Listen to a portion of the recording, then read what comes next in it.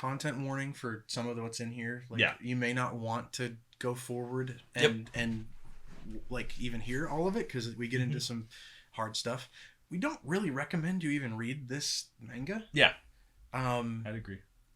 I think that like I know that some people will watch our show that or we assume that they watch it, they get to the spoiler thing, they go read it, and then they come back. Mm-hmm. I think even before we start talking about it, I'd say maybe pass on it. We don't recommend it. It was definitely something that like clearly it is incredibly popular, and it was interesting to read in the sense of like seeing that what's out there, why is this so popular, which is a big reason we chose to read it. So in that sense, it's like it's really interesting to be like, why is this popular? Why is it what it is? Like, this is a huge thing of media right now that is very popular. Yeah. But after reading it, it leaves a sour taste. And specifically for some of the content warning stuff, there is sexual content warning in the terms of this is a hyper sexualized manga. So that we talk about that. We are going to talk about that a lot. We also will briefly discuss rape, and we will briefly discuss child abuse. Those both come up in the manga, and I'll just say it is not something that comes up in a manga in a way that is like appropriate or acceptable. Talking like they're not. It's not a productive conversation in the manga. It's not a productive plot point that raises questions or an interesting dynamic. It is in both situations, I think, a throwaway where the author was almost like, here's a fun thing to put in, which is gross. So hope you enjoy the rest of the episode. Yeah, the rest of the episode, we try to have some fun, but there's some weird, not okay stuff in this manga, and we're still going to talk about the manga and our thoughts.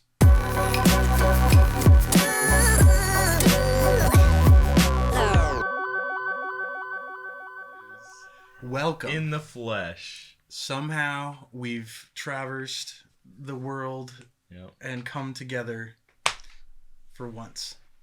That's it. First time, last time, never again. This is a special episode. Welcome to Superhero Shonen Punch.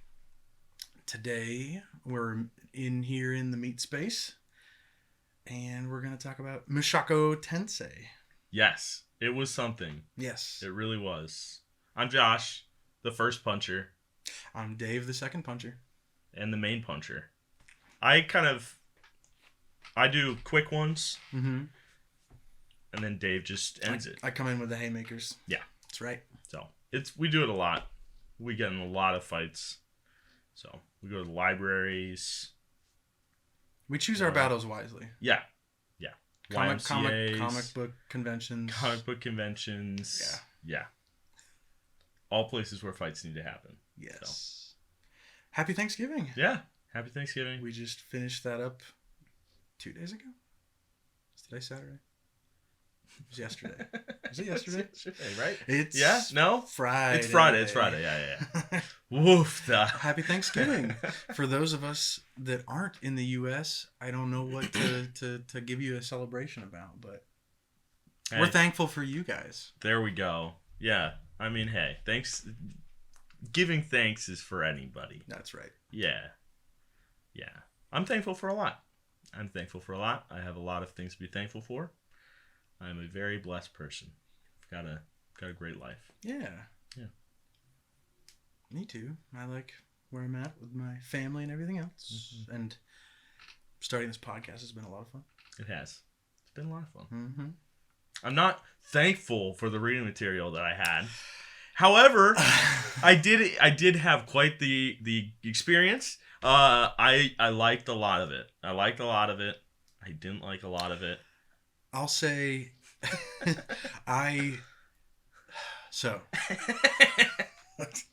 as a preface, I, on the one hand, haven't read this in a long time, so there was plenty that I think I forgot.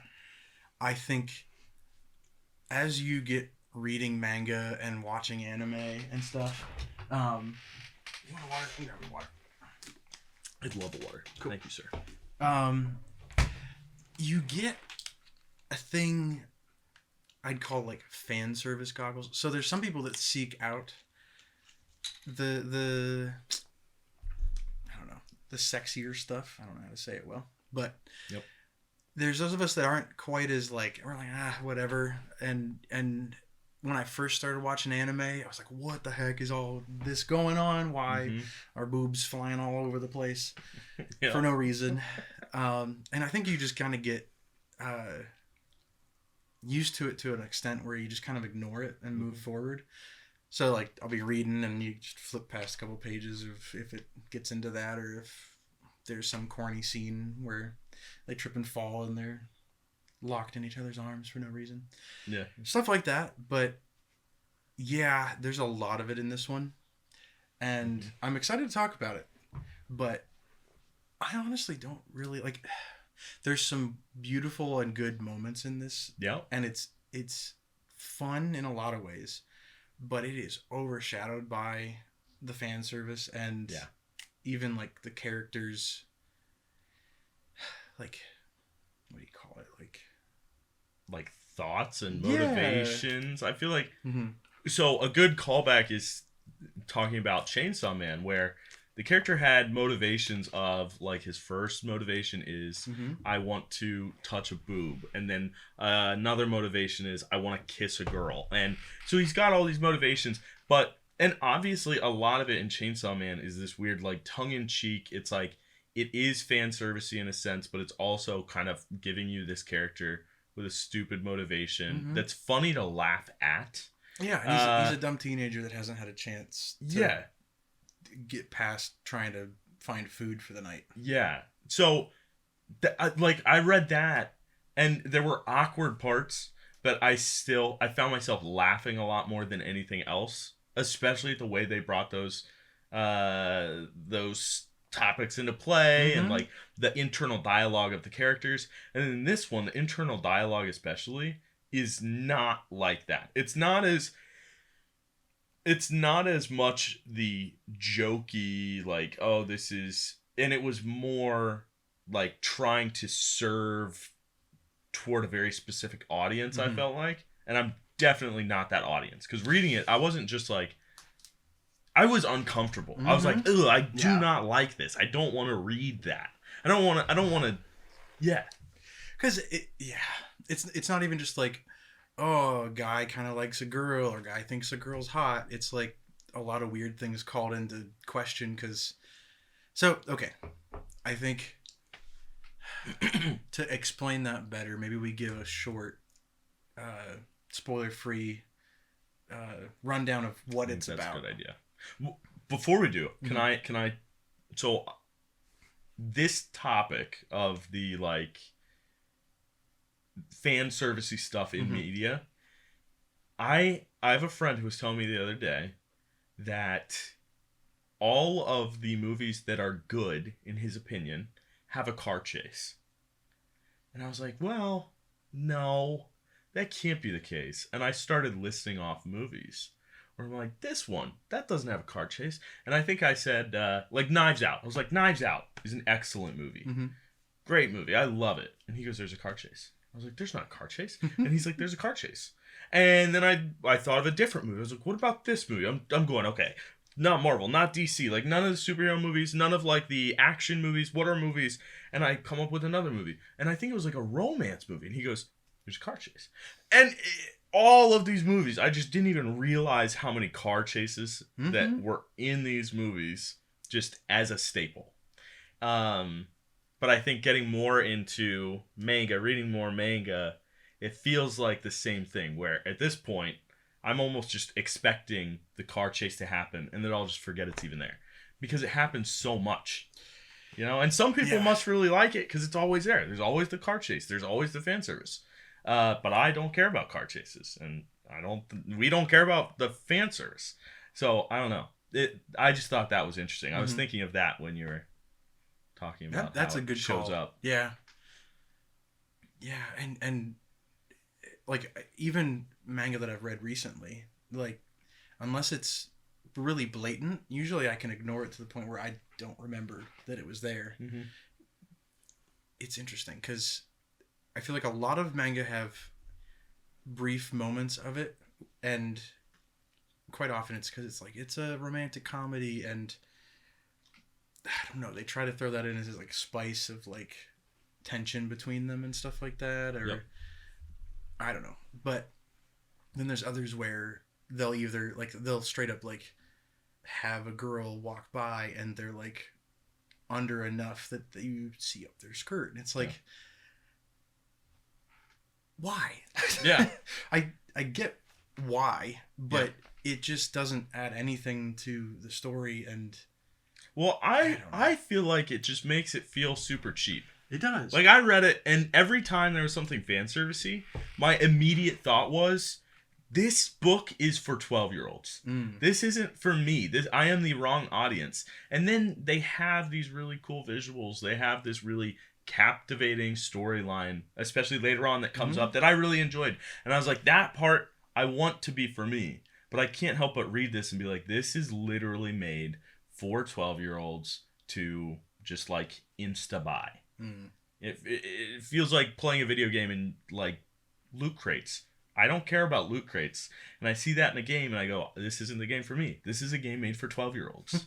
It's the same thing to me. Fair. Okay, so that I think that's enough of that for now. I know that's probably like a lot right at the front of the episode. Yeah. I think we were both surprised. I think I threw it Josh's way thinking, because it's a highly rated one. Like, it's up there. People really enjoyed the anime because a good studio got it for the first season. Like, if you watch some of the trailers and stuff for it, like, really well done. Okay. But again, it's just, I don't know. Okay, so Mushoku Tensei. Yep. It is a classic isekai, which means, I'm pretty sure, another world in Japan. It may be a verb of like going to another world or being swept into another world.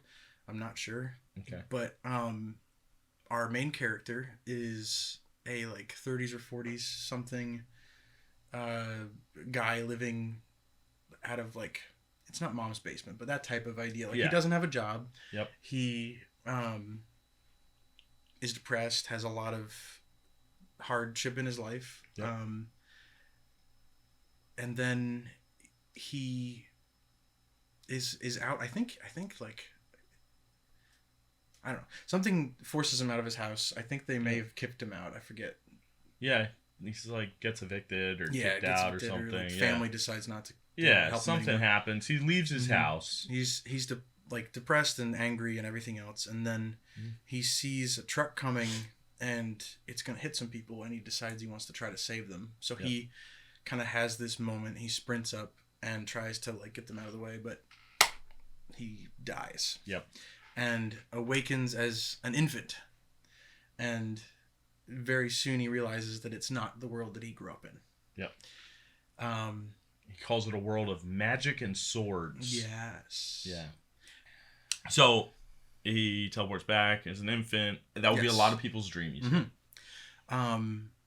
He is excited. I think he decides that he's going to make the most of this and really push hard at magic, and hijinks occur. He at one point like blows a hole in his house. Yep. And they're like, magic, and they lean pretty hard into his old life, where I think he was disparaged a lot and people gave him a hard time a lot. So he thought he was in trouble, but his parents were excited, even though he blew a hole in the house. Yep. So like he starts to heal some from the past and grows up, and they eventually give him a magic teacher. Yep. He gets even better, becomes a mage. Along with learning the sword from his dad. Yep. And lives in a house with his mom, dad, a maid, and for a while the teacher. Yep. And then just kind of him going out into the world and starting to experience more, learn more, teach other people magic. Yep. And I feel like that gets into most of it. Yeah, I think that's a good like. That's the hook and like the start of the story. It gets crazy, things happen, but we'll save that till the other half of the episode. So this part I'll just say it's like more spoiler free. It's pretty early on. I want to hear your like the things you liked, the things you didn't. I'll call one out right away. The book starts first page. You're getting this internal monologue of this guy who he's depressed. He's super angry. He is spiteful. He isn't doing anything with his life, and he's hyper aware of that and like calling it out constantly. And so having the first, like immediately, it's like page 1, page 2, truck is going to hit these people. But they did a really good job of giving you this internal monologue and then this extreme situation, and immediately you go, that was out of character, even though we just met him. That was out of character for him to jump in front of that truck. I thought that was fun. And then being able to see the internal monologue throughout the rest of it, I go, that was all fun. I felt like it was set up really well in such a short amount of time. But, and this, so I'll say that's my biggest win for it, is that internal monologue and how they carry it through. I think my biggest thing, the thing I dislike the most, spoiler free, is the whole like incel-y vibes that he has. Like he's owed all of these things from women and other people that are around him, and he's going to manipulate people because I'm smarter. Like all of that I didn't like, because it didn't, at least for a long time, there was no effort in the story to be like, there's growth here. This was somebody who did these things and thought this way. And now that he is in an area he can thrive, he's learning, I don't have to be like that. I don't have to try to manipulate people. Actually, I'm not smarter than people. But it felt like, for especially like that early part when he was a little kid, it was like the more manipulative, the more like crafty in a bad way, the more incel-y, the more rewards he got with no drawbacks. And I didn't like that. Yeah. I just felt lazy. It felt like there was no progression as a character. But it was like a level up story. It was like, I'm gonna learn this new power. Oh, and now I can do it without saying words. I just do magic with my hands, which no one can do. So you're watching him level up, but it's only in ability. It's not in personality or like... Yeah. So that, I was like, that's a big miss. Yeah. Yeah. And I think that's probably my negative as well. But like you said, he has this one good act with trying to save those people's lives, and it feels like he gets completely either rewarded out of hand for that, or like you said, like, I don't know, he continues his old ways of, he manipulates his family in a lot of different ways. Yeah. And in some ways for good, like he helps keep them together when they may have separated, but it was not great. That was horrible. Positive. I enjoy these stories where people like get swept away to another world. I think exploring another world's fun. I really enjoy learning the rules of the new world, how the magic works, seeing the character level up. I do enjoy that end of it. Do I think he really earned any of it? Not particularly. And I think that they try to address some of that later. Okay. But yeah.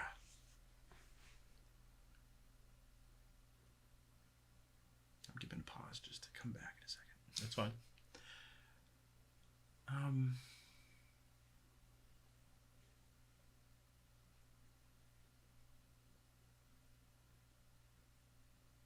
Yeah, I probably.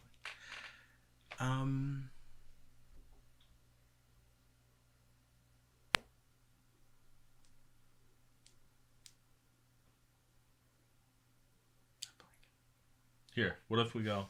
Okay, so the spoiler free, I know we already agree on a lot of this. What would you say the biggest, like the thing you liked the most, spoiler free, especially that like early part?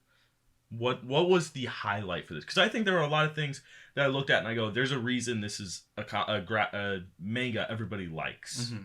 What was yours? I think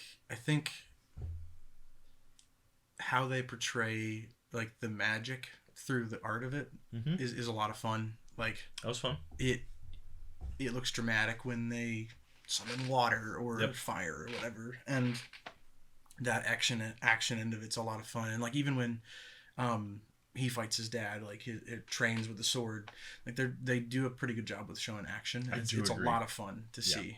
So I think that's probably the biggest positive, because throughout the whole of it, it feels like so much of this story is overshadowed by the main character's like pervy second nature that he either happens to not show, like he hides just enough that people don't care, or they're like, oh, he's just a little bit that way, or boys will be boys, and it just kind of makes, I don't know, what has a very good core story and a lot of really fun moments and even some good character development, and just like smothers all that with some oil and dirt and just, I totally agree, especially with him being such a little kid, and that he's interacting with other little kids when he's being pervy. I was like, this is like, I don't know who wrote this. I love scary movies where I watch it and I go, ew, who thought of that? Who thought of that disgusting way to kill somebody? And I think that's gross and that's weird. I still watch it, right? But I read this and I go, this is gross and weird, but in a very different, like, this is where I'm like, that's too much. This is all too much. Yes. So I think we can agree on the thing we didn't like with it, for sure. Yes. I do have another thing that I didn't like, because that out of the way, here Dave and I, when we say, it was a fun manga. It really was a fun manga. It's not something that I think I would tell a bunch of people, like, go read this. No. Because I think most mature adults would be like, that undercut the fun of the story, which we both totally agree. We're not advocating for this guy, obviously. Yeah. Like, this is not, Okay. That's out of the way. Done, right? We're on the same page. Another thing that, to be nitpicky, but also it was kind of cool because there was progression. The first, 7 or 10, I don't know if it's issues, whatever. It felt like just talking heads the entire time. There was tons of dialogue, tons of world building, which is fine. I get it. You have to do that. But it would be a character head with another character head next to it. And it just that, copy, paste, for 7 pages. And then there'd be one dynamic illustration. And then it would go back to that for another 7 pages. And it just felt really stagnant. But there was one character that was introduced that when they did that introduction, it just I think the whole manga changed. It was much more dynamic. This character they drew really well. And they did a lot more interactive pieces with how, even if they were talking, they would be doing something, and it was better visualized. And so there was an evolution with that. But I think especially early on, those first 10 or so issues, there was definitely a lot to be desired in the artwork. Yeah. Which is an interesting, I think that there's an odd journey that this story has taken on the outside end of it, because it was written by a guy named, I want to make sure I get it right, so written by a guy named Rifujin na Maganote. Might have got that, don't know the pronunciation. With illustrations by Shiro Taka. And it sounds like he actually started writing this himself as a web novel. Okay. So just writing it out, posting it it started to gain traction.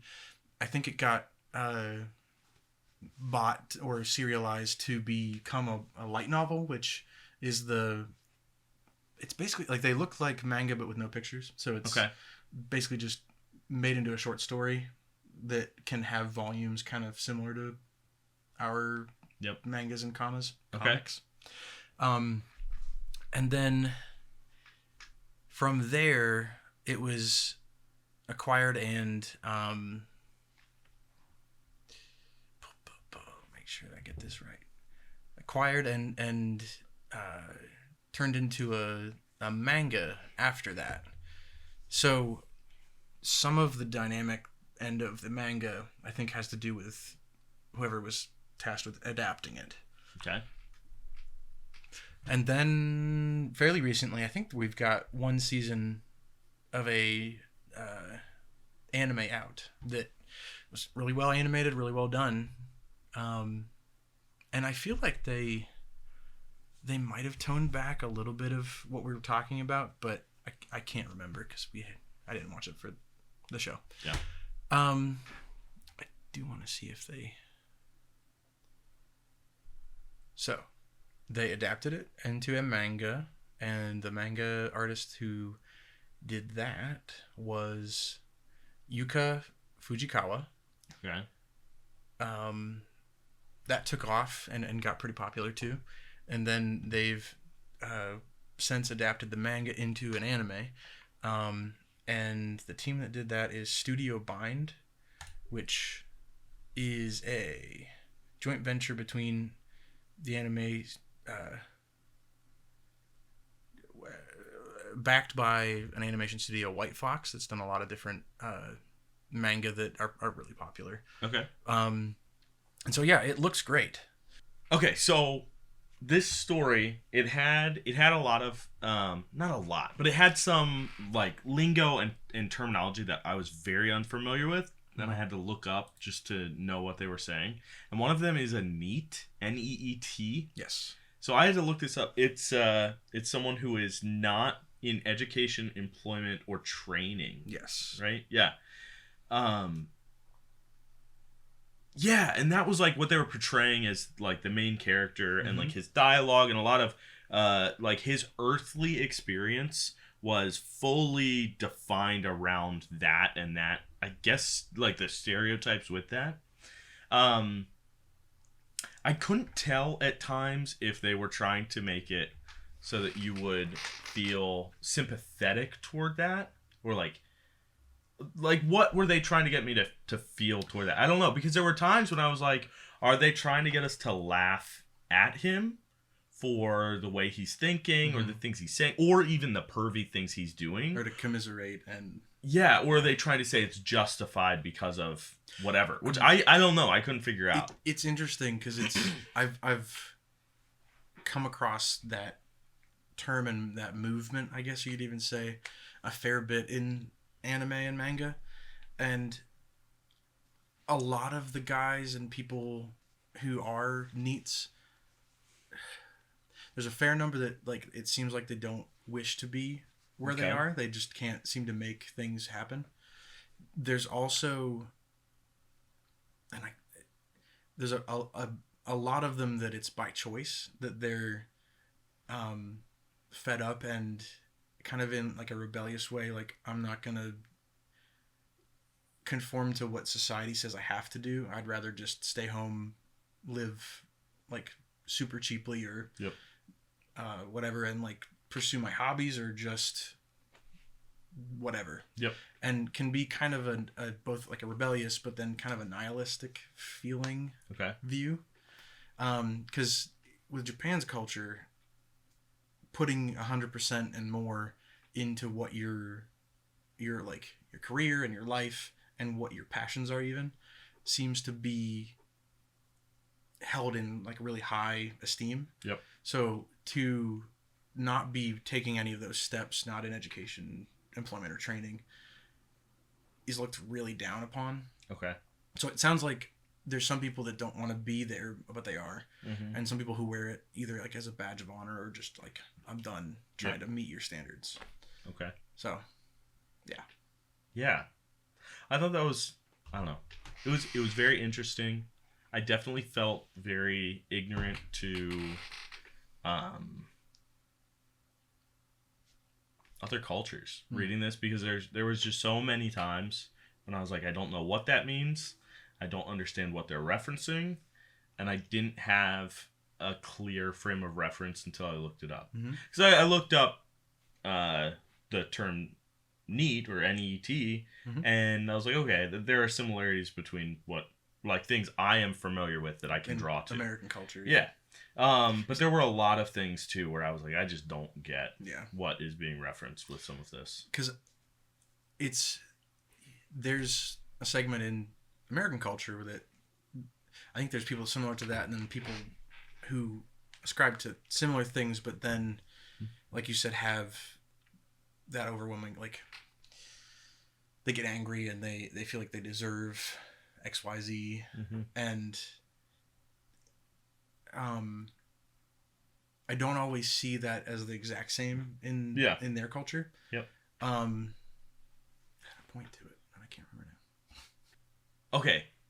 While we're talking, I mean, this isn't the same topic at all. So I was about to say while we're talking about, I have no segue. I have nothing smooth to get to this. Did you notice, and maybe I'm just looking into this too much, I don't think I am.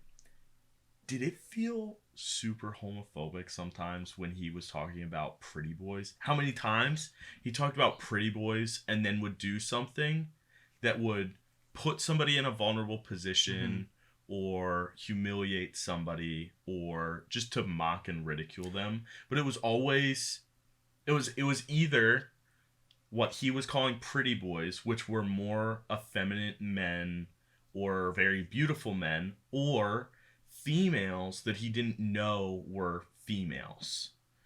I read that and I was like, ooh, I don't like how that was portrayed. I was unclear if that was just a character choice, if they were basically saying like the main character has these thoughts and not condoning them, or if they were actually almost like co-signing that in the writing. I don't know, but I definitely thought that was weird. So again, like, as someone who's never been to Japan, I only know based on things that I've, like, reading a bunch of different manga and listening to people who live there and stuff like that, trying to kind of get a baseline. When it comes to acceptance of gay and lesbian, trans, everything else, Japan is very far behind in a lot of it. Like, they're very far behind in even what do you call it? Women's rights. Yeah. And it comes out a fair bit in manga. There's still jokes about, like, there'll be an androgynous guy, a pretty boy, and someone will sort of have feelings or think they're cute and not sure what to do with that and confused, and they kind of joke about it. And I do think it is making fun of it. Like, I don't think that they're, it's weird because there's also a segment of even manga that seems to be very popular in Japan with women, and that's guys liking guys in a manga and romance that way. So it's really odd and kind of nuanced, where I think there's still a lot of, like, gay jokes and things like that we might have seen 15, 20 years ago here. It's odd. It did feel to me very, and this is, I mean, I'll say, the things I said in middle school were absolutely inappropriate and disgusting. But it felt like the sort of things that I would say that in middle school, where it's like, like, looking back, like, that's really embarrassing. That was a really horrible thing to say to people who are already marginalized, or about people that are already marginalized. And then seeing it in a way that didn't feel like it was addressed You know, it just felt like something that was put out there to be out there, not something that drove the story, not something that caused like actual thought into the topic, but it was just there. So yeah. Yep. Okay, I've got one more non-spoiler stuff question. Cool. Okay, the magic stuff. I think the magic, the world building, the best plot thing in my opinion is more spoiler related, so I won't get to that. But the magic stuff. What did you think of the whole... Because I liked this. Initially, I did not. Now I like it. The whole, level up, just, like, serious ramp that the main character had, where he started basically, like, 10 steps ahead.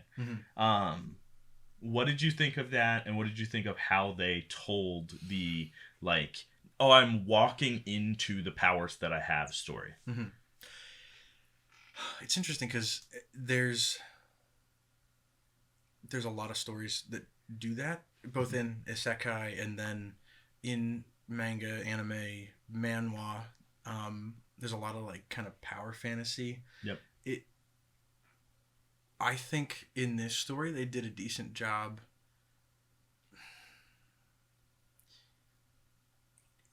He doesn't really have big setbacks, but I feel like they make you feel like he is on his toes, like he doesn't have everything together eventually. Okay. I don't mind a fast power up because I think I'm just used to it, and in that, like, going to another world, if I went to another world, I'd want to have the super cool powers and be able to like blow anything away. Yeah. So I think that there's definitely stories where it can get really old. Like, there's super duper plot armor type feeling. Like, there's characters in different stories that I know are never gonna like meet anyone that's even close to their level. Yeah. Or if they do, they don't actually have to fight them at the time, and they go back home and in a cave they level up, and then they go beat the crap out of that person. Yeah. So it's like, those stories get old fast to me because there are no stakes. I feel like he leveled up fast and everything, but I feel like they did a good job introducing things much bigger than him that I think made it, I don't know, that made it feel a little bit balanced. I don't know if balance is the word, but yeah. I think my only complaint with the level up thing, which because I did really enjoy it initially, and I think I told you this. Because we believe it or not, we talk and hang out outside of the podcast. I know. Sorry, we don't have the camera rolling for you guys. But... Yeah, get wrecked, you nerds. No, we were playing video games, and I was like, this level up is stupid. It's too quick. He's not actually progressing. He's basically just like, I already know how to do all of this. And my initial reaction, and I don't think I told you this, but my initial reaction was, if you told me early on this guy is a shut-in, and that the only thing he did was like hang out on his computer, and that he was basically this angry grouch, I don't understand how he came in with so much knowledge and preparedness to just be like, bang, I'm doing it. Yeah.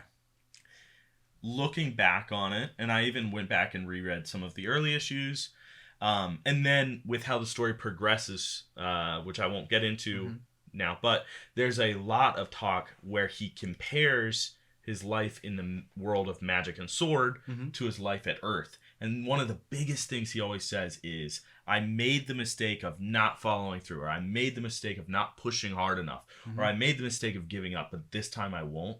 So I think I actually enjoy it, that it was so easy for him when he tried. Like, when he actually tried, it was so easy. And I thought that was fun. Having this, like, he really didn't understand his potential, and it was so extremely high. And now he gets to, like, live that out with the help of others. So I did like that ramp up that he had a lot. Yeah. But there's a moment in that ramp up. There's a couple moments where he hit some bumps. One of those bumps I want to talk about. I would like to go into spoilers. Yes. Okay. So, I guess he gets transported to another world. He learns magic. He starts throwing the sword. Gets a magic teacher. He then graduates from the magic teacher and meets a young girl that he has some odd thoughts and stuff, but like kind of takes under his wing in a not super gross way. Not as gross. Not as gross. Yes. He then his parents tell him that in order to grow and to move forward, he needs to leave. Yep. And both like for the relationship with that girl and himself, that they both will grow if he leaves. Yep. So he leaves, goes back to the like head family, and they tell him to teach.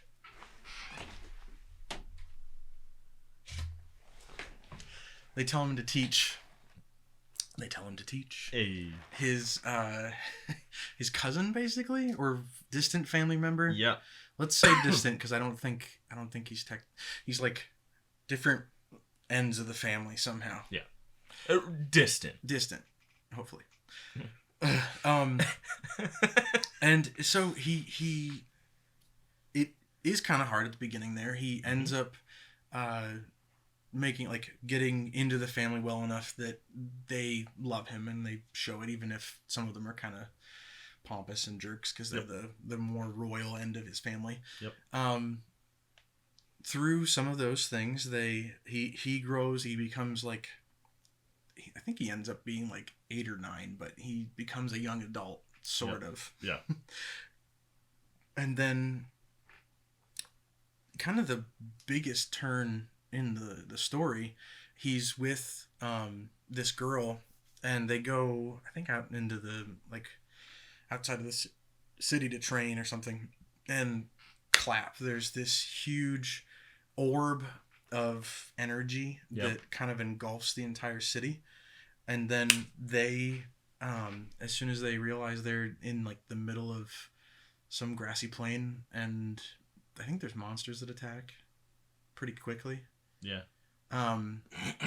They get saved by a guy who, through kind of foreshadowing and things that they talk about earlier, you realize he's like the baddest dude on this other continent. Yep. They got transported to another continent. Yep. And they meet this guy, and he's nicer than they expected and does kind of get along. But the story turns into he and Eris trying to get home. Yep. As well as trying to help this guy. His name is Rudyard Superdia. I'm not even gonna try. I don't know. Supardia, something like that. He's got cool weapons. Yes, he's pretty cool. He's awesome, honestly. And so he's trying to get Eris home. He also is trying to help this guy like redeem his people, sort of. Yeah. Yep. Or at least like the how society views his people. Yep. And it's hard because the guy is both like super strong and powerful, but has like a very hard justice first streak. It's very like, it's very like ends justifies the means, sort of. Yes. I'm going to get this done at any cost, and it will prove XYZ. In that, I want to pause here to highlight a few things that I was just like, this is it. The calamity event is when the story gets good. Everything leading up to that, which is all we've talked about so far. Yes. Everything leading up to that was fine. Obviously had things that undercut it, but I wasn't like, this is an amazing story. This is great writing. This is great illustrations. It was a story that I was fine with. But everything after this so far that I've read, and I there's some of the newest stuff I haven't read yet, but after this happens, I feel like there's this, like, it's so much more dynamic and exciting and fun.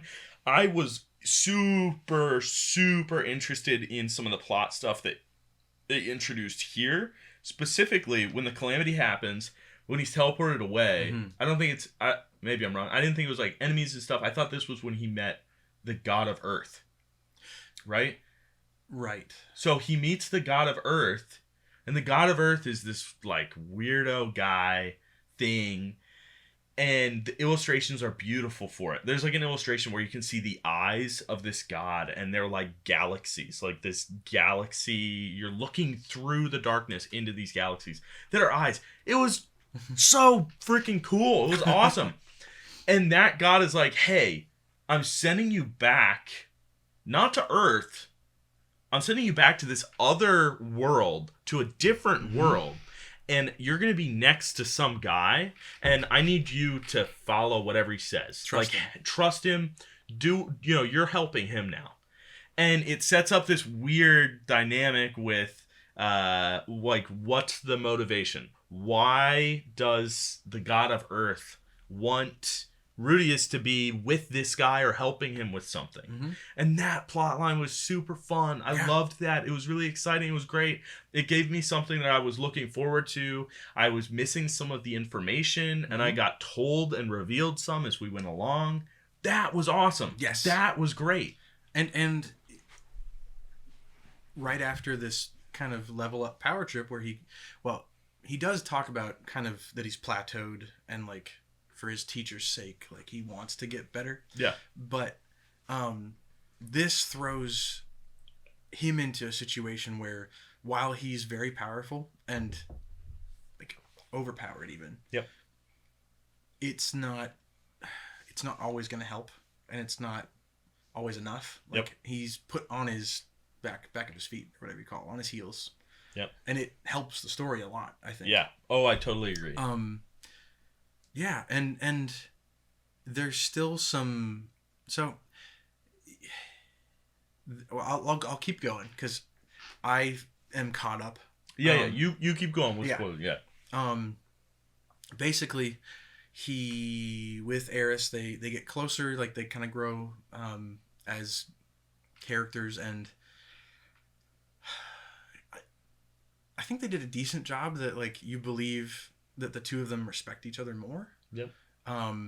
They eventually make it back to our continent, and I'm probably gonna get wrong the order of events in some of it. That's fine. They return. The Ruijerd. I don't know how to say his name. The green hair, big old orb on his forehead. The one that the god of Earth was like, trust this guy. Yes. Yep. They end up parting ways because he's like, there's not anything else I can teach you. You guys have grown to this point, and you've returned here. It's a good moment. Eris and Rudy keep making their way back toward home. They meet a couple servants from earlier in the story when they were in the city. One is like a bodyguard, and one is a servant, like a butler. And then you find out that most of that family's kind of been wiped away, or like their authority's been taken. The grandpa you meet earlier, that's like the head of the family, is killed to take responsibility for the calamity. Like it gets kind of, there's some political maneuvering happening. After that, they're deciding what Eris is going to do. Some of them are saying she should go marry this other noble to kind of regain her house, but it's not going to be a good situation. One of the other ones is like she should just go be with Rudy because they have started to fall in love, and I think they declare that at one point. Mm-hmm. She's like, I need to think about it. Eris is. She ends up going to Rudy. They spend the night together. And then... Bang, bada, boom, bada, bing. Yes. And then she leaves him a note and says, like, we're no good for each other. I'm leaving. Mm-hmm. And they show that she's thinking, I'll return stronger and at least be able to stand next to him. Like, she loves him. I don't know if she wants to be with him in the future, but she at least wants to be different before returning. Yep. This throws him for a loop. You have a time jump where it's like a year or two later, and he's still depressed. Yep. And apparently has had ED since this occurred, Yep. which is kind of funny in the context of this story with how pervy the guy's been so far. Yep. He's not... It's not something we would normally laugh about. Yes. But when you know this character, you're like, okay, I don't have a problem with this. Maybe you're going to grow a little bit as a Maybe, person. yeah, maybe you'll learn to think for once. He doesn't. Yeah. He meets his dad, and it's a really interesting scene because... his Earth dad. Right? His dad from this planet. His name's Paul Grey Rat. Yeah, right? So that's... Is that the dad that hit him? Or No, the it's dad the one that taught him sword. That dad hit him. Oh, yes. Yeah. Yes. Remember, because he gets abused. Okay, here's another complaint. He gets abused by his dad, physically abused. And he goes, I'll solve this with logic. And he ends abuse by logical reasoning with his dad. Early on. Ends abuse is wrong. I mean, he stops the situation. That's and right. It just felt so disconnected. Okay, sorry. Random. So he meets his dad from this world, who has not been great to him. Yeah. And he's expecting, he's even surprised he's got more of a connection with his family in this world than he thought he would. He does feel like maybe it'd be weird to have a dad and a mom when you're 30, but he didn't have a great relationship in his past that way. So he does love them. Yep. And when he finds his dad is like depressed and for a second kind of excited that he sees him and he's like relieved, but then goes right into like, why haven't you been looking for your sisters or your like mom? Like, I can't believe you've been like gallivanting around with Eris and not doing these things. They have a really bad moment. They kind of fight. I think Rudy punches him a few times, and then they part ways. But then, Dad comes back and wants to apologize. Like a friend kicks him in the butt and says, like, "Hey, Rudy's been doing his best to survive. Yeah, this has not been easy for him. You need to like realize and be happy that your son's alive." Yeah, and Rudy it's a weird moment because similar to when he outthinks the thing earlier, he's like, I'm going to be the bigger man and make this work because I want it resolved. Where his dad has already come back and like apologized. It's just like, he's like, oh, I could double down and like be done with this. But it's just weird. It's a cool moment that they do get back together. Yep. And they do have a heartfelt, like, I missed you, I love you moment, which is good. Yeah. But it is twinged and weird too. It felt disconnected. Yeah. Yeah, at least that's how I felt it. Yeah. Which, like, he has a good moment where he decides not to be as angry and jaded and to try to trust his dad again. But yeah. So, his dad takes a group and goes to search for his mom because they've started to find some other people throughout this, and I'm glossing over things because they find the maid, who, we didn't say this before, but I guess a spoiler, earlier on, Paul, his dad, sleeps with the maid and has a kid, so now Rudy's got 2 younger sisters. Which, let me paint how we've talked about this was a spoiler, so I didn't want to talk about it then. But how problematic that entire thing gets. The dad cheats on the mom with the in-home maid. And Rudy is like, oh, I don't want my family to separate. I don't want to lose. Let me save this. Right? I'm going to save it. So he goes, oh, actually, Dad, doesn't he say like, Dad raped the maid? Either that or yeah. He's like, Dad forced her. She was like, no, and Dad did it. And then the mom is like, oh, okay, we're not kicking out the maid. But you, Mr. Husband, are in trouble. Yeah. That's how it felt. It was like Mm-hmm. she was so angry, and then when it was like, oh, but really it was she didn't. It's not like the maid wanted this. Then she's like, okay, I guess we're fine, and she like lets the husband stay and like all of this, and it was this horrible, gross lie, Mm-hmm. and then on top of that, this horrible, gross reaction that basically goes, men can do no wrong. Which, that's when I was like, oh, okay, I don't know who the author is. I don't know what the author thinks. I don't know if he was writing all of this to be a giant FU to the incel, men are better, like sexist, whatever. Right? Maybe this was his way of being like, look at how stupid sexism is. Mm-hmm. I don't think so. I could be wrong. I don't know. I really don't. But I definitely read that and I was like, did an incel write this?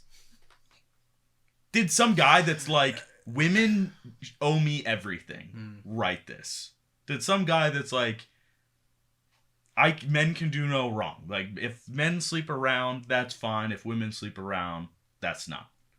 That's what it felt like. Mm-hmm. Okay, sorry. Then so they part ways. Dad goes to look for mom. Rudy ends up finding the maid and his stepsister sort of thing. Yeah, I'm so confused about some of the relationships. Yeah, it's a more hijinksy moment, like, because he meets a prince that is really into figures and somehow got one of Rudy's figures that he made earlier of his magic teacher. Yep. And they, like, link arms and are buddies later on. Well, the guy saw this, like, it was like a whittled piece of wood or something, right? And this guy is like, this is the greatest thing I've ever seen! And, like, worships the main character sort of deal after that. Yes. It was interesting, yeah. Yeah, kind of really throwing nerds, not under the bus, but, like... there was some shade thrown for sure. Yeah. Like, if you're better than them at something that they're really into, they'll, like follow every footstep you take sort of deal. Yeah. He calls him master after that. Yeah. So, yeah. Rudy decides to go to school, like magic school, which is an interesting thing because there's plenty of odd fan servicey moments with some of the students there, and ends up meeting a guy who he thinks is a guy that ends up being Sylphie, the girl that he helped in the past, who he also thought was a guy beforehand. Yeah. It's odd because it's she is a bodyguard of one of the princesses of the country who isn't currently in power. Like, that's kind of a side story that she wants to retake the kingdom someday. Eventually, through like the princess helping them find what their feelings are, she reveals who she is to Rudy. It's a like good coming back together. He is cured of his ED eventually through that, and then they get married. So I think it and man, I'm bad at I'm sorry. In the future, I'm gonna write the order of events down. They didn't read it. They don't know. For all they know, you're telling the story perfectly. And we don't recommend you probably should read it. So yeah, that's So in one of the journeys, when he's with Eris, still earlier on, they happen upon a guy who it's really weird because he looks at Rudy and like the green-haired orb on the forehead Rudyard guy and Eris don't look at this dude. Like, they're freaked out. They can't even, like, they're shaking. They can't look. But somehow Rudy's like locked on and okay. And the guy's like, so you can do it too. Like, you can look at me too. And Rudy's like, what are you talking about? Like, but why is this so weird? Yep. That guy and he's traveling with a girl with a mask on. They walk by and Rudy's like turns around and for whatever reason has a thought to ask about the Earth God. Yep. And he's like, hey, do you know this? And the guy turns and he's like, you're a servant of him. And he runs up and just like, well, they fight. Rudy gives him a scratch. The dude comes up and just like stabs his chest out. Like, dead. You see the girl say, well, maybe we should leave him alive if he's like me, or like he can do that too. Yep. So they heal him and he's alive. And that's an earlier thing that kind of links more of the Earth God stuff. At school, you end up finding out that this girl with the mask is someone from the other world as well. But instead of being reincarnated, she was transported in that moment. And they kind of... the truck hitting moment. Yes. Yep. And they think it may have been like a magic rebound or like something from that happening that made that calamity happen earlier. Yep. She's trying to get home. He tries to help her get home. There's some character development there. Yep. And that's about where the story is now. Mm-hmm. And I think for me, summing up a lot of what this is you have like really cool moments and really cool story happening where him going to another world, that's cool to me. Mm-hmm. Him like finding out how to use magic and growing, great. That's awesome things happening. He goes to this other family. I don't mind the royalty faction-y stuff. Cool. Like, I read stories like that. Them getting transported to the demon continent. Awesome. Yep. Super cool story. And then, like, even this encounter with the dragon, like, that's cool. Like, I'm very interested in knowing what happens. Yep. And him going to magic school. Cool. Yep. Like, all this stuff. And I don't know if I'd even have a problem in some of the... Like, you're getting into a philosophical, ethical question of, is a dude who's got a 30 or 40-year-old mind, but in, like, a 9-year-old body, is he a 9-year-old or 40-year-old? Yeah. And I think it's weird. I don't know what I'd do in that situation, but I think telling any of these people that he's got the hots for... But... So, I think them being like 13, I need to talk with my hands, is odd and problematic in itself. Yeah, totally agree. But he doesn't tell any of them or anyone. Yeah. And that's one of the biggest things. It's like... It's so missing. If you could tell them that I was transported, I was a middle-aged man in that world, I still remember all that.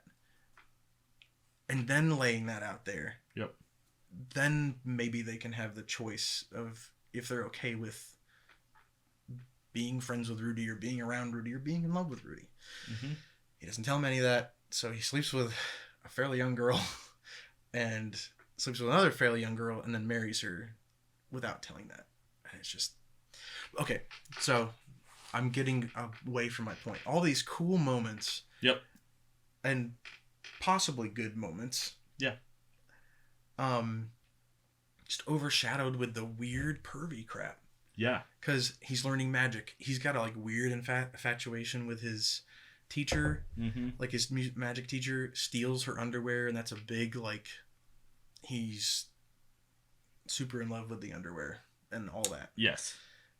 He then has like he finds out Sophie's a girl when he... is helping her, and it's like he's like sort of into her after that, but like weird. The heiress thing, there's plenty of random stuff, and then it gets worse when they get transported, and then it's just like at every turn. And at the magic school, there's a lot of fan service and a lot of really weird stuff too. That's just at every turn. There's a good moment, and then they throw their comic relief or whatever it is, and it's fan service, and it just makes it crappy. Yeah.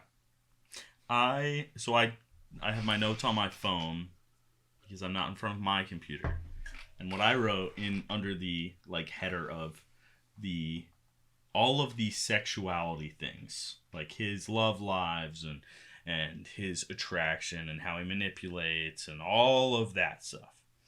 I wrote he has so many powers, and he learned so many powers.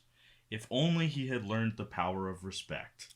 It just felt like this stupid, like, why would you take the character who at the very beginning is this self-deprecating, like, I'm nothing, I'm worthless, I've done nothing, I will do nothing, like, all of that. You put him in a world where he's got an opportunity to grow, to learn, to change, and you take, in my opinion, the by far worst thing about his character and his person, and you gave it no development.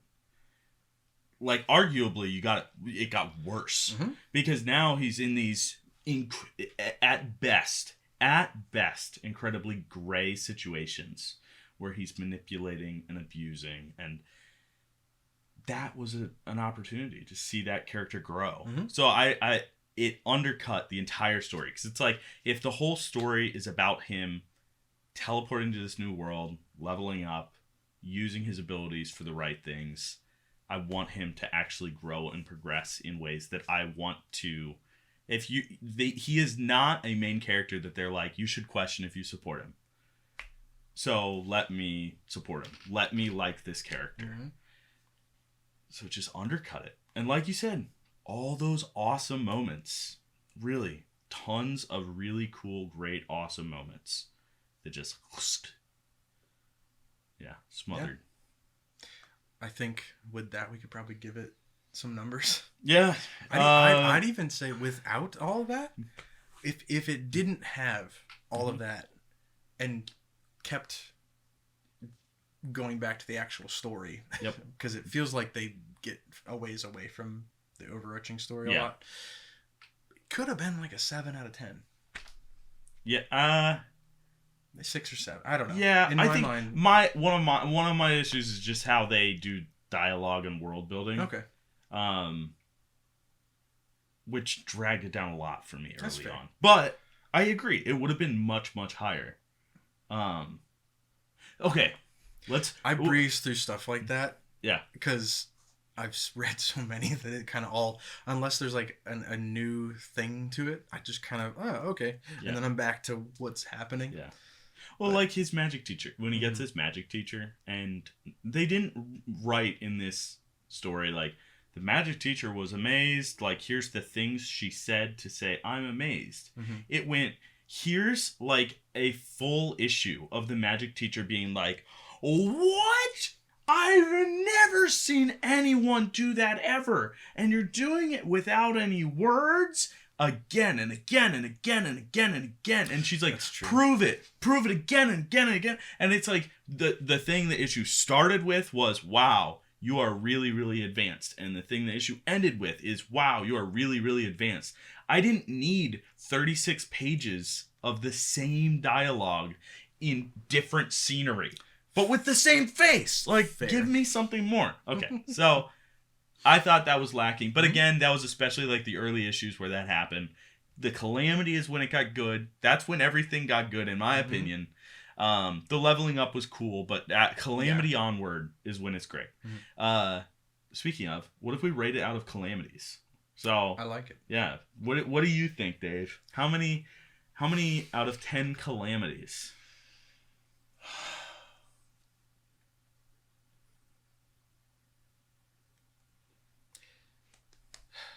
I'd say 3 magic truck transported to another world calamities out of 10. Okay. Because as much as I enjoy a lot of it, it doesn't pull it up enough from what drags it down in my mind. Yeah, I totally agree. This is so hard because there are things that I really enjoyed. There are things I really didn't like. When I try to just like compare those, like mesh them together, what do I get? I still come back with, I think there was, it was a long time, even ignoring the things that undercut it, it was a long time in my opinion before it got good. The only reason I kept reading as long as I did was because, like, we're doing this podcast and you had said, like, from my understanding, this is something that, like, is fairly popular, and you were like, I think there's fairly good payoffs for some of the story hooks. And there was. But definitely, like, if I wasn't doing it for this podcast, after a few issues, I would have been like, this is not what I'm interested in. So I feel like if they would have taken it, like, dropped him in this world, not had all the weird stuff in it, and pretty much been like, look, watch him level up a little bit, and then Calamity, and then still leveling up, still doing all the other plot stuff, because that still happened. Mm-hmm. You could have cut so much of that filler stuff in a way that was just would have been better in my opinion. But I think I'd also say 3 Calamities out of 10. I'm gonna give it 3 stabbed in the chest by a dragon god out of 10 stabbed in the chest by a dragon god. I like it. Yeah. And like really random, but that's a whole other thing. Is like you get like demon lords and stuff in the mix where he gets like a demon lord's eye, and it's like this could have been so much cooler if you'd like. He's trying to do all these things. He's getting influenced by the god of Earth, and then like the demon lords of this Earth, who are kind of chaotic neutral, are like throwing their hat in the ring. It's like this could be awesome. Yeah. It felt like there was a lot of missed opportunity because it feels like they're saying this is going to be a story about warring gods. That's basically, and they're like, this guy who is like in earthly standards has no position to be in this war, and in this world's standards, the magic and sword world, like he should be there, but he's not the best. He's not the one who's going to change it all. So it's like on both sides of the coin, you're like, why is he here? And that's a fun conversation. That's a fun hook. And it was just kind of a myth. So yeah,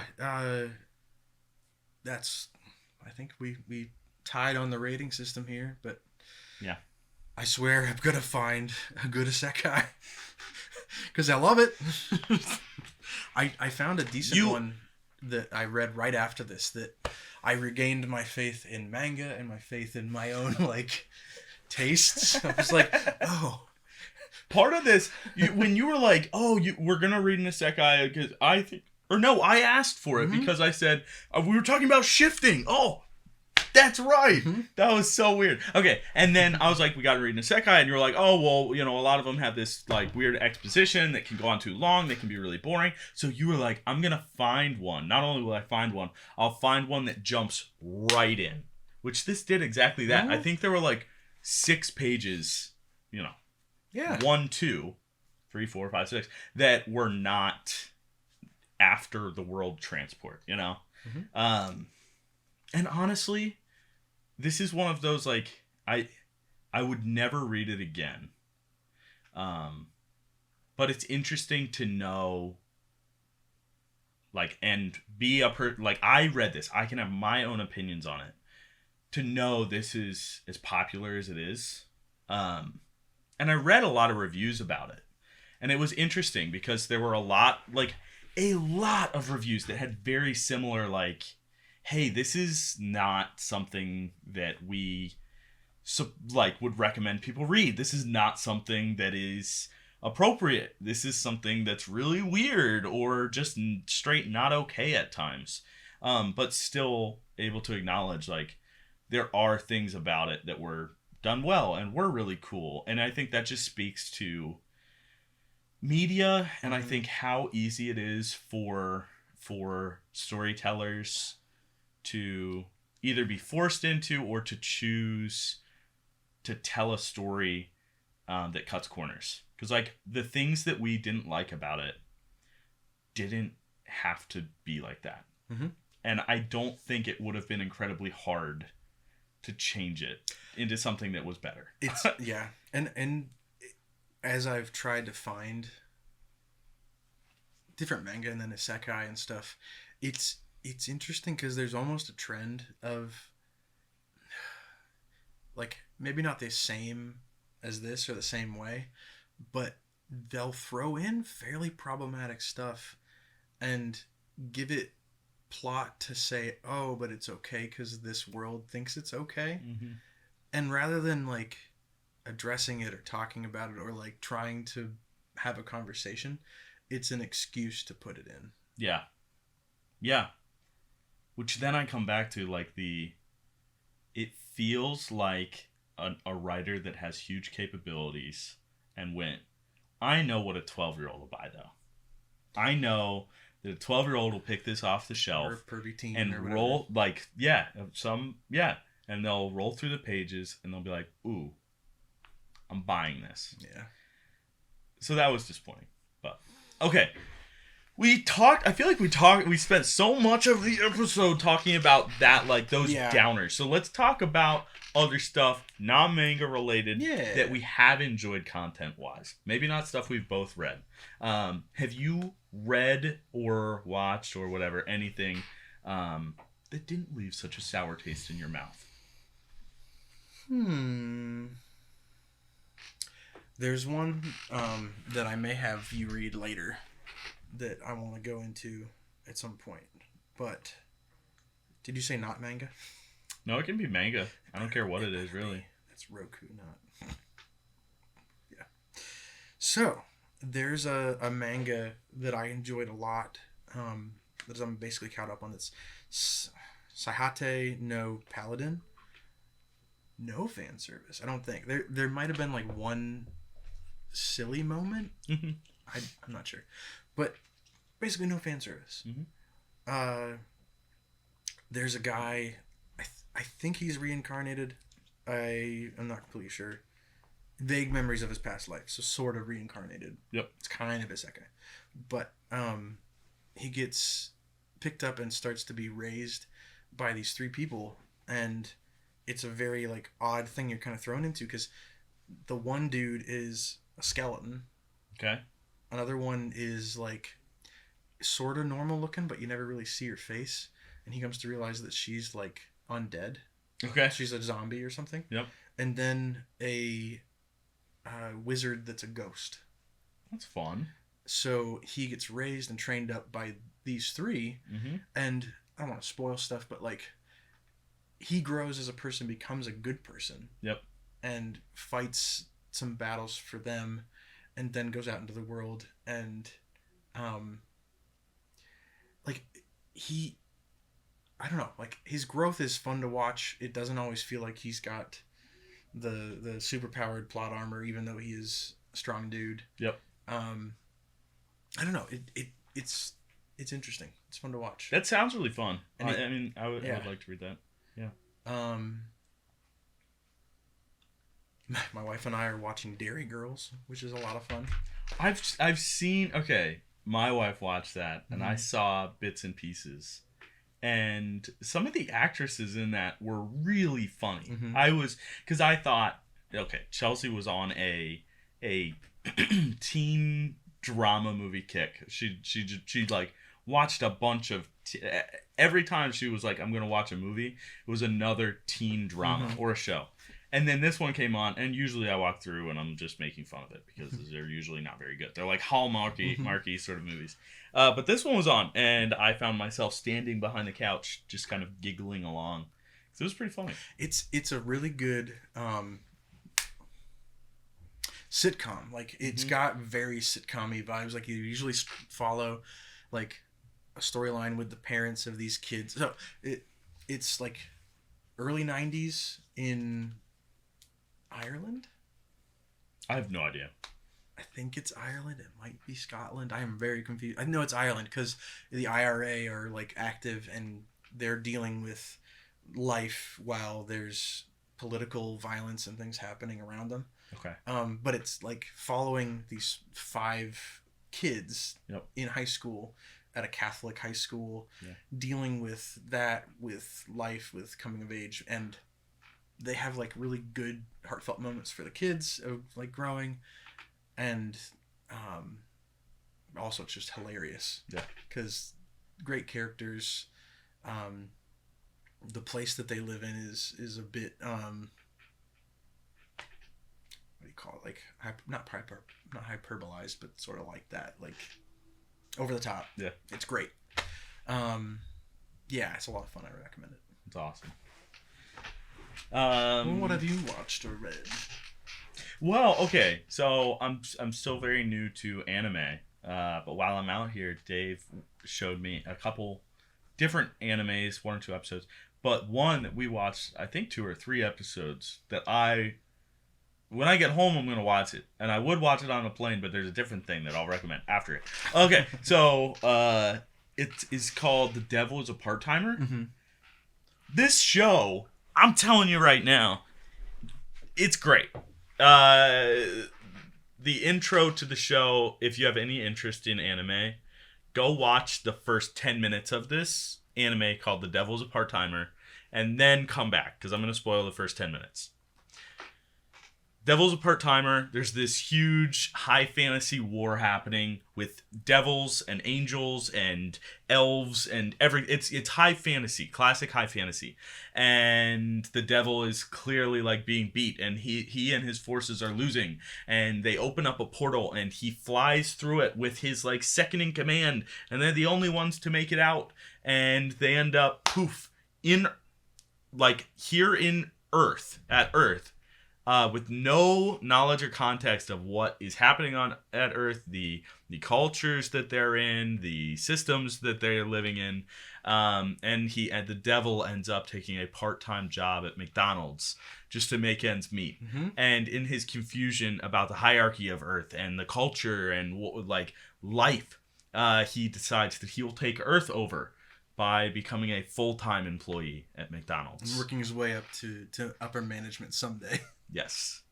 It's hilarious. It is a very funny, just, it's weird to say, like, cute, fun, but that with the devil. And it's great. I highly enjoyed it. Like, I really recommend it so far.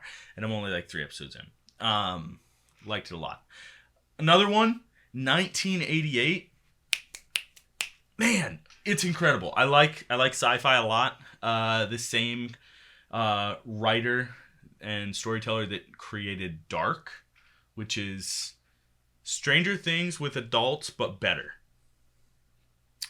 Hot takes here. Hot takes. It's not a hot take. It's the truth. We'll have to go over that one. It's the truth. Is that Dark is like the sci-fi show to watch. It is great. There's time travel. There's really like thought-provoking plot points that'll ask some really fun questions. Incredible acting all throughout. Incredible writing. Great cinematography. The feel of it is so consistent. Season 1 to the last episode. It's great. I cannot recommend that show enough. If you like sci-fi, that's the one. This one, 1988, same writer, same storytellers. It's another sci-fi. This time it's in English, which is cool if you are a native English speaker and don't understand German, and don't like subtitles. I don't like subtitles a lot, so this one's great. For that, it's like cool. He does watch subbed instead of dubbed. Yes, of course. For anime. Of course. I'm not a monster. But it's basically, so here's the hook, is there's these people on a boat, and they are going out to sea to travel to America, and a boat that was missing, it shows up in front of them. It like shows up there. And that's all I'll say. It is a very fun sci-fi story. Okay, and I will do one lastly. I know I always say this every episode, but 8 Billion Genies is the greatest comic on shelves right now. Go to your local shop. Get it. It's so good. A new issue just came out, and it is as good as all of the others. Man, it's so good. It's the best comic out there right now. I think that's awesome. I've read the first, and it's pretty sick. Yeah. I think another little idea as a short that we should do next is you guiding us through going to a comic book shop and like how to get started, how to get, like, if you're really into it, how to get polls, like a poll list, and like how to start collecting like a series or something like that, how that works, how the timing works, how to do it. Because I do think that'd be fun. For me, like you've taken me and I've learned, but I think I'd walk in thinking it was like a Barnes & Noble or something where they have some of the new stuff and have some of the old stuff, which they do, but it's different. Yes. It's very different. Yeah. Yeah. Well, I think that'd be fun. We should definitely do that. It's so tricky and nuanced though, because like if I'm being totally honest, there is a huge like gatekeeper mentality at comic shops. It's one of the worst things about the comic book community is that it's not even like oh maybe like I can't think of a comic shop I've been to that doesn't have a gatekeeper mentality. They just all do. And there's also the realities of there's just some stigmas with comic shops and people that go to comic shops that I have found to be somewhat affirmed in especially how my wife is treated when she goes with me. I gotcha. That's just disappointing because it's like, and that's not every time. That's not all comic shops. Yeah. But I can definitely say without a doubt that of places that I've gone with my wife, that the times when she has been made uncomfortable by other people is just disproportionately around those communities. Gotcha. Which is just sad. Yeah. So definitely I want to talk about it though. There's so many good things about it. I love the community. I love comic books, obviously. Yeah. And it's going to a comic shop is more than just here's a 3-step process. Yeah. Gotcha. Yeah. Yeah. Okay. Yeah. But I had fun. Me too. I'm glad that we had a thing we read that was a hot take. Yeah. We almost had a hot take last time that I thought because I read the wrong one. Yeah. Yeah. Yeah. What's next? Okay. I'm ready to hit one of the classics. I think we do it. And if we don't do it justice, we'll delete the episode and do it again in like when we're better. Or we'll never do it again and we'll just delete the episode and we'll know we talked about it. I think we go straight to the deep end of the pool. We already dipped our toe in. We took a few more steps. Tell me already. We're up to our knee. Okay. If I ask you, what is the pinnacle of comics? Maybe you haven't read it. I know you haven't read it. What do you think is the pinnacle of comics in like the comic world eye? What do you think people go, that's the best comic that was ever written? You're going to get me in trouble. I'm asking. So this is in view of comics or in view of the outside world looking in? I'll say outside world looking in, but probably also in view of comics. Just start naming comics you know. Incredibly popular comics you know.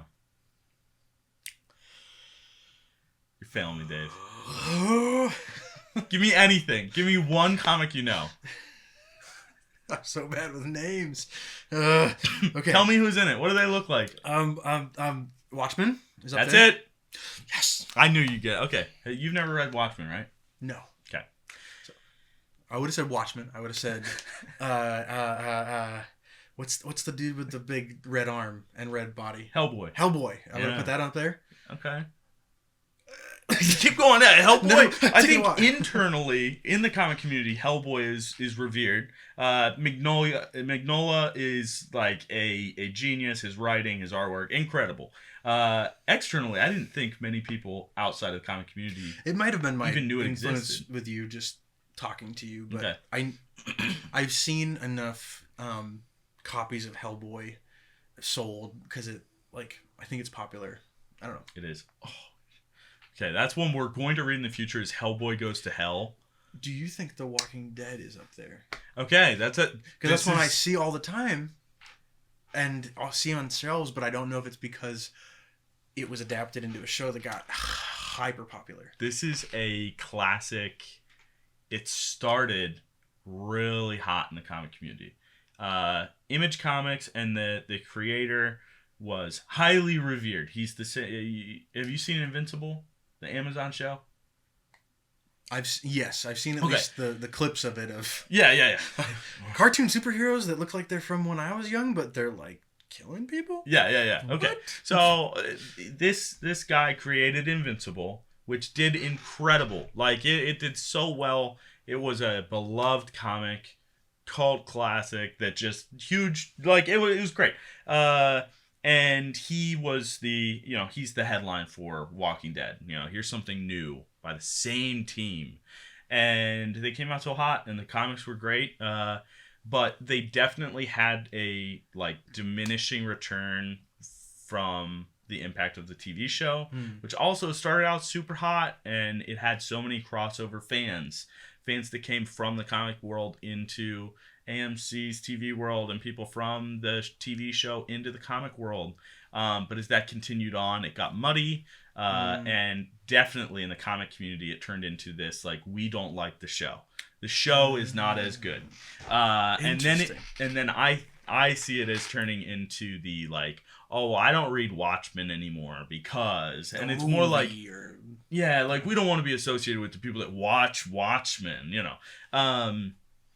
So it just, that is, I think, more people outside the comic world would probably think it is a better, like more appreciated comic than it is, because I think the people in the comic world, and this is part of the gatekeeping thing, are more like, well, we're going to keep it kind of a little more of an arm's distance than it should be, because they're not fans of the show.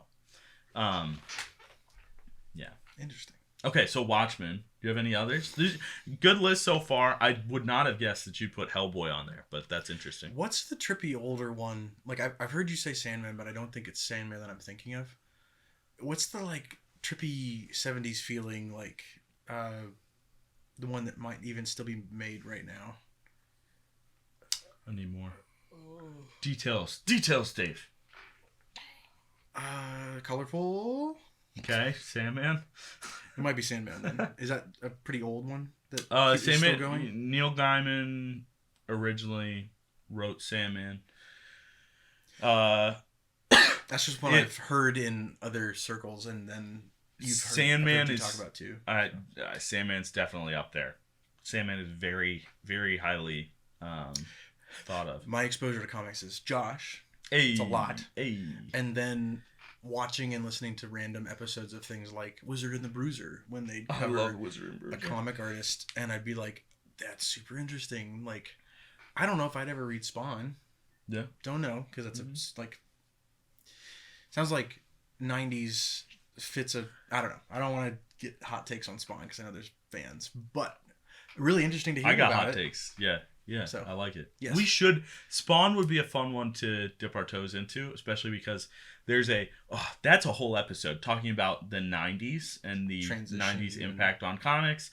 You had the collector boom when everything was overprinted, which then tanked the value or perceived value of comics.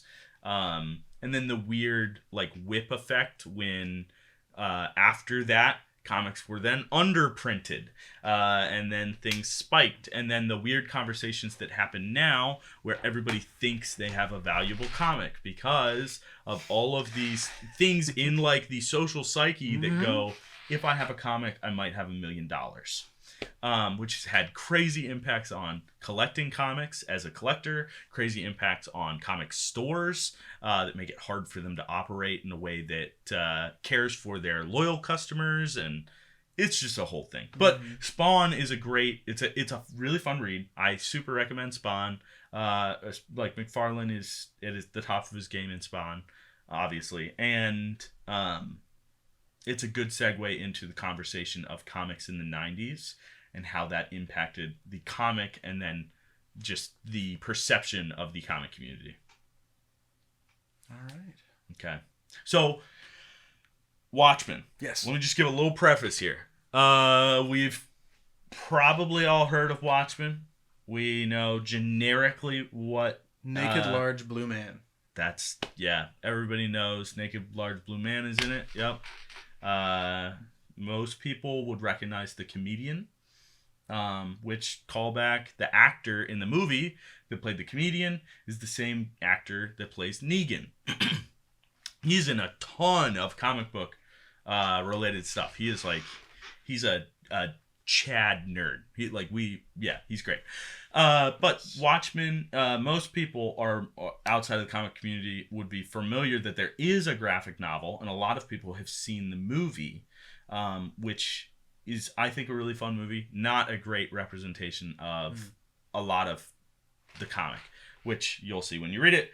But it is a dystopian future novel that was really the best rendition of a very common trope in comics, where you go, what if superheroes were real? Mm-hmm. What if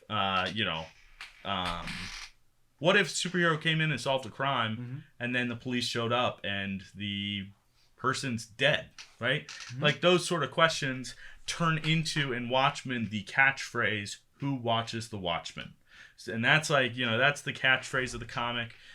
What is so cool is, in Watchmen, they have a beautiful way of telling one story, a very concise, specific story, and giving you different lenses throughout the entire thing, where you see, okay, this is what Dr. Manhattan thinks about this specific thing. This is the outcome he wants. This is what Rorschach thinks about this specific thing. This is what he wants to happen. It paints that picture, all while at the same time telling parallel stories that are not at all related to Watchmen. So you'll read Watchmen, and then the next thing you know, you're reading a story about a pirate on a boat. You're like, what is happening? But it's great. There's this beautiful culmination of all the stories merging together. But what they do best is that exact thing, where it feels like different stories are all merging together with the characters, where all these characters are on this weird range of, like, their opinions, their thoughts, how they look at the world, why they believe what they believe, and then it all coming together at this beautiful focal point at the end. It's great. It's pretty short. You're gonna love it. The art is incredible, so good, top of the line. The coloring is good, the art is good, the writing is incredible. Watchmen. Read it. Sounds good. We'll talk about it. I think you'll really like it. And you're sure that there's not, like, you're not forgetting any weird, like, undertones and incel stuff? Like, am I gonna see anime underwear and stuff? Because, Josh, I don't know if I can do it again. That's a good question. I have read Watchmen so many times that I am fairly confident I'm not forgetting anything there. I know there is a quite comical scene where two characters are bippity boppity boo, and you will laugh. Okay. You will laugh. You won't cry. You will laugh. Okay. I trust you. You might feel awkward, but you'll still laugh. I always feel awkward. So it's okay. Dave's natural state. It's true. Well, thanks for joining us. This one's been a bit of a long one. But I've had fun talking about Mushoku Tensei and some of our other likes and dislikes and this, that, and the other thing. And hopefully, Watchmen, I'm pretty sure we're going to have a good recommendation for people to read it. I'm telling you right now, it's a 9 out of 10. I'll see about that. 9 smiley faces with dripping blood on them out of 10 smiley faces with dripping blood on them. I will not change my opinion. Nice. The end. So my camera, for whatever reason, times out every so often. Okay. It's great. So yeah, join us next time. This has been Superhero Shonen Punch. Bye.